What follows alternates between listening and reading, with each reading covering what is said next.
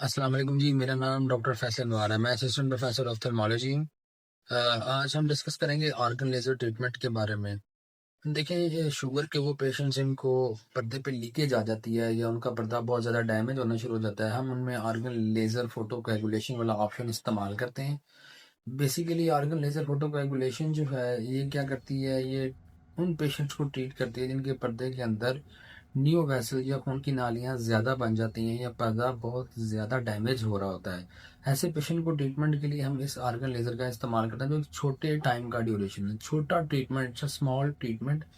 It takes around 10 minutes, 10 to 15 minutes. इससे पहले पर्दे को देखा जाता है, एग्जामिन किया जाता है, कतरेदार के हम डायलेट करते हैं और उसके बाद इस लेज़र की मदद से आंख का पर्दा ट्रीट करते हैं। देखिए, आर्गन लेज़र फोटो कोएगुलेशन आंख में एक लेयर होती है जो कि रेटिना पर्दे में प्रेजेंट होती है।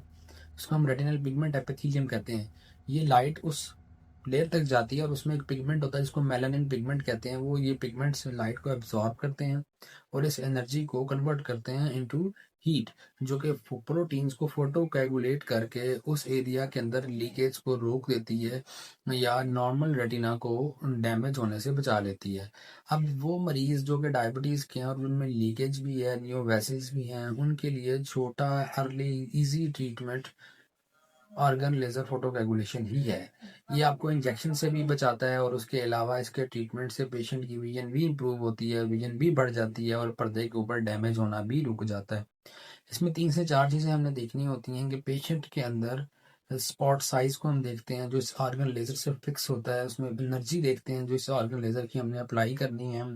फिर इसमें ड्यूरेशन का एक सेगमेंट होता है, उस ड्यूरेशन को हम एडजस्ट करके फोकस पे बीम उस एरिया पे अप्लाई करते हैं जिस एरिया में डैमेज आ रहा होता है।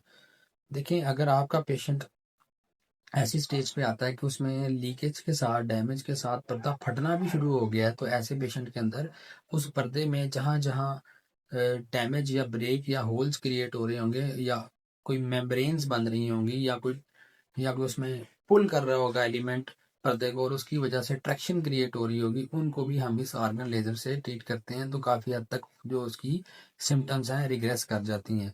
वो पेशेंट जिनकी आंख में बार बार खून आ जाता है और उनकी खून की नालियाँ टीकों की मदद से ख़त्म नहीं हो रही हैं, आर्गन लेज़र उनको इफेक्टिवली ख़त्म करता है और दोबारा उनकी आंखों में ब्लीडिंग होने के चांसेस कम रह जाते हैं।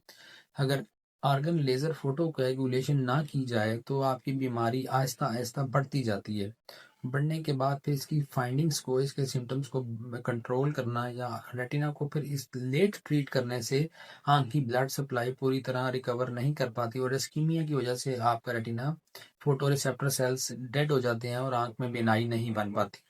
तो अगर आप चाहते हैं कि आपकी बीमारी जो कि डायबिटीज़ की वजह से रेटिनोपैथी की फॉर्म में आई है वो भी ट्रीट हो, आपकी आंख में हम कोई ऑपरेशन भी ना करें और लेज़र से ही ये ट्रीटमेंट हो और आपको बिठा के ये ट्रीटमेंट किया जाए सिटिंग पोस्चर में और इसमें आपको टीका भी कोई ना लगे, पेन भी ना हो, तो आप आर्गन लेज़र फोटो कोएगुलेशन करा सकते हैं। जस्ट 10 मिनट्स प्रोसीजर और इससे आपके पर्दे के अंदर जो डिजीज है रेटिना के ऊपर, जो शुगर की बीमारी है, वो काफ़ी हद तक ख़त्म हो जाती है और आप इसको बाद में शुगर कंट्रोल करके मैनेज कर सकते हैं। तो रेटिनोपैथी के पेशेंट्स या आर्गन लेज़र कराने वाले मरीज जो मालूमात चाह रहे हैं, उम्मीद है इस वीडियो से उनको फ़ायदा होगा। We will share the video of argon laser photo coagulation in our next video. उम्मीद है आपको इससे फ़ायदा होगा। Thank you very much.